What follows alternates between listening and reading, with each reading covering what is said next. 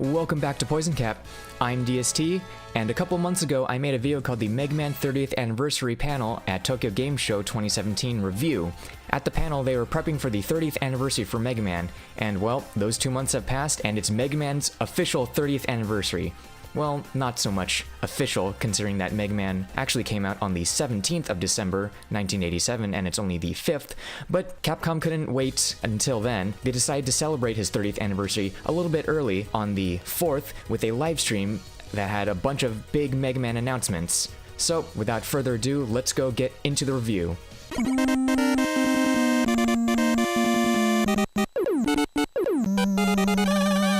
So the live stream starts out with a woman named Kelly Link introducing 3 guys on screen.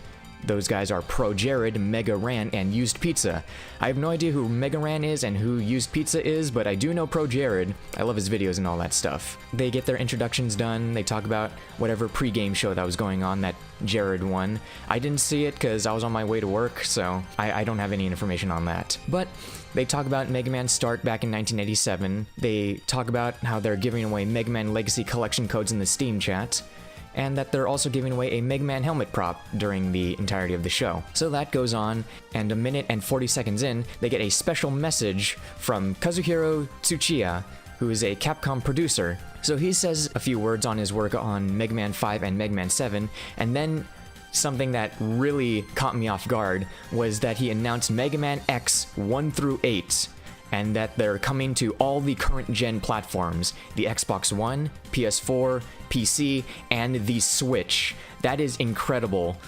Like, I was so hyped to hear that Mega Man X 1 through 8 are coming back, and that I don't have to play it on the PS2. As much as I love the PS2 collection, the Mega Man X PS2 collection only has Mega Man X 1 through 6, so to actually get 7 and 8, even though they're pretty garbage, on Switch and PC is pretty amazing. But the thing is that he just said that they are coming to those platforms. We have no idea if they're going to come inside a collection, like split into 2 parts, like the Mega Man Legacy Classic Collection 1 and 2, or if it's going to be individual games, kind of like the Sega Genesis Collection on Steam, where you can buy individual games. So that's a big thing. I am so excited, so hyped. And then the stream goes back to the stream crew, the Twitch crew, you know, Kelly Link, Pro Jared, Mega Ran, and Used Pizza, and they talk about their memories with X. And then it goes up to Kazuhiro again, and he just talks about his Mega Man X memories and favorite moments and favorite Mavericks and all that stuff. And they talk about that for a couple minutes, 5 or 6 minutes. And then we get another special message at 8 minutes and 25 seconds. So Kazuhiro says that the Mega Man 30th anniversary is super important and presents a big video showing Mega Man's history. And he's not wrong, the 30th is very important, and the video that he shows off shows a little classic 8-bit Mega Man walking through a timeline, showing off all the games that were ever released in chronological order. So, you know, you got Mega Man 1 in 87, and he walks around Mega Man 1, 2, 3, X series. You know, you got even the smallest games, Mega Man Soccer, Power Fighters, and you got the Legend Star Force ZX crossover game, which was the latest Mega Man game made back in 2012. And all the while the Wily stage plays, you know, as per usual, because that's the most recognizable Mega Man song of all time. And then at the end, Mega Man meets Dr. Wily, and Dr. Wily escapes, but he goes into a little room that says 2018, and oh my god, I was not prepared. I knew they were gonna do something that was classics related in this stream, but I was not prepared for Mega Man 11. The Mega Man 11 trailer played, and I was so blown away, dude. So the thing is, this game is fully 3D. Well, not fully 3D. The graphics are in 3D, but it plays in 2.5D. And from the looks of it, it just... wow. The graphics... I'm like speechless, like recounting this. It is so good looking. Like, it has 3D. I mean, it is 3D, but it has that kind of cel-shaded feel, so it kind of looks like a moving drawing. And the weird thing is that all the assets on the level, they look hand-drawn. It looks amazing.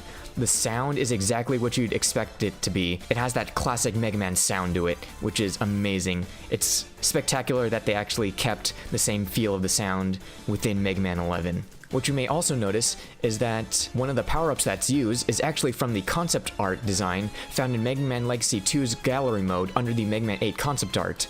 And at the time of that game, we all didn't know where the hell this concept art came from, because it sure as hell wasn't from Mega Man 8. And now we finally get the answer. It's actually from Mega Man 11, and that the inclusion of that picture was actually an Easter egg. So that's really cool and really neat. And at the end of the trailer, Mega Man shoots off a supercharge attack, which is really cool, and that we've never seen that attack before. And once the trailer ends, Kazuhiro says that, quote, "We've had fans wait forever," and my god, dang right you have been making us wait forever. And he says that it would be releasing in Q4 of 2018, so around this time next year. The live stream goes back to the stream crew, and they all gush about the trailer. And one key thing to mention that Jared says is that he mentions that the pickaxe throwers from the trailer are actually from Mega Man X1. So that gets you thinking, will this actually be the link from the classics to the X games? Because that's something that we've missed in all of the X games. We have not had a clear bridge from Mega Man Classics to the Mega Man X games, and it's super cool that this possibly could be that missing link that we've all been waiting for. Going back into the development team, 19 minutes and 11 seconds in, we go into a section called Redesigning Mega Man, and Yuji Ishihara is introduced. And Yuji Ishihara, if you guys don't know, has worked on Mega Man Battle Network, Mega Man Legends, and the Street Fighter games as art director, so him being on a classics games is actually really neat. And he just shows a picture of the new Mega Man design, and he says that he tried to balance Mega Man being both cute and cool and all that stuff. And when addressing the power-ups for Mega Man, he said that he wanted it to feel more satisfying to get a new weapon. He thought of changing Mega Man's appearance, but restricted himself to only changing the head and the arm. So it's actually what the original concept of Mega Man was.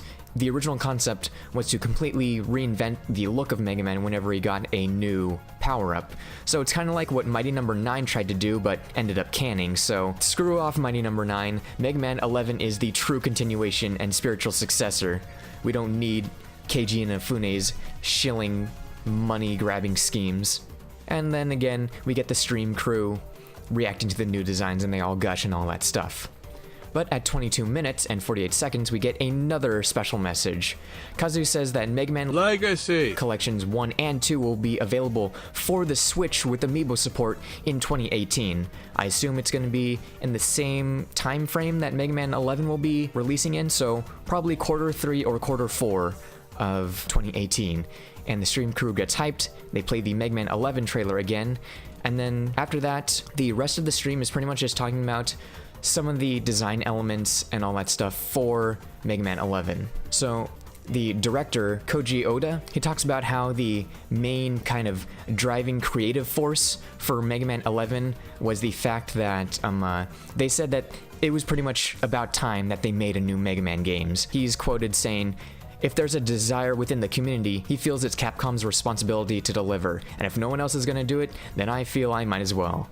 So it's great that we have that kind of mindset going into Mega Man 11, because the quote, "If there's a desire with the community, he feels Capcom has the responsibility to deliver." I really wish we had a director with that mindset going into the development of Mega Man Legends 3, because my god, there was a big desire to create Mega Man Legends 3, but that got canned and we all know the salt. And then he also goes on saying that, quote, "I feel like Mega Man is a character Capcom should be taking care of." And yeah, Capcom should be taking good care of Mega Man, and I'm glad that they're doing that right now. And at 35 minutes in, we go into the art design. So Yuji Ishihara talks about the visual style that they wanted. Initially, he was talking about a 2D pixelated high-bit sort of art. So think of like Owlboy or maybe like Momodora, Reverie Under the Moonlight. But later he thought that pixel graphics seemed, quote, "a bit off from what gamers are probably looking for," which is kinda true. Personally, I think that pixel graphics in a Mega Man game like nowadays would be a bit too pandering and a bit too safe, you know what I'm saying? Like, I feel that the choice of doing pixel graphics and in Mega Man 9 and 10 was a bit too, was a bit too pushing the envelope for being safe and tugging at the nostalgia strings. He goes on about that, and then we get pictures of Yuji Ishihara's concept art for Rush, Beat, and Eddie, who have all updated designs, but they're not updated too much. They all have minor modifications, as he says. You know, Rush, Beat, and Eddie just get more panel lines and look a bit more accommodated to the both cute and cool designs.